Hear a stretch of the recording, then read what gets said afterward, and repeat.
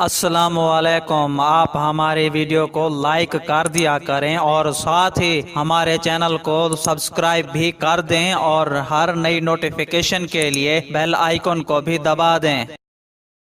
بھارتی army chief کا 3 مبینہ کیمپ تباہ کرنے کا دعویٰ مایوس کن ہے۔ Asif Ghafoor D G I S P R major general Asif Ghafoor نے کہا ہے کہ بھارتی آرمی چیف کا 3 مبینہ کیمپ تباہ کرنے کا دعویٰ مایوس کن ہے۔ بھارتی سفارت خانہ دورہ کر کے اپنے آرمی چیف کے دعوے کو ثابت کر کے دکھائے۔ پاک فوج کے شعبہ تعلقات عامہ آئی ایس پی آر کے سربراہ میجر جنرل آصف غفور نے ٹویٹ میں لکھا کہ آزاد کشمیر میں دہشت گردوں کا کوئی کیمپ ہی نہیں تو کارروائی کیسی؟ پاکستان میں بھارتی سفارت خانہ غیر ملکی سفارتکاروں میڈیا کے ساتھ دورہ کر لے اور اپنے آرمی چیف کے دعوے کو ثابت کر کے دکھائے۔ ایسے جھوٹے دعوے داخلی فوائد کے لیے کیے جا رہے ہیں جو کہ پیشہ ورانہ فوجی روایات کے منافی ہیں۔ آصف غفور نے لکھا کہ بھارتی آرمی چیف بہت اہم عہدے پر ہیں اور ان کا 3 مبینہ کیمپ تباہ کرنے کا دعویٰ مایوس کن ہے۔ ساتھ ہی آصف غفور نے بھارتی سینئر عسکری قیادت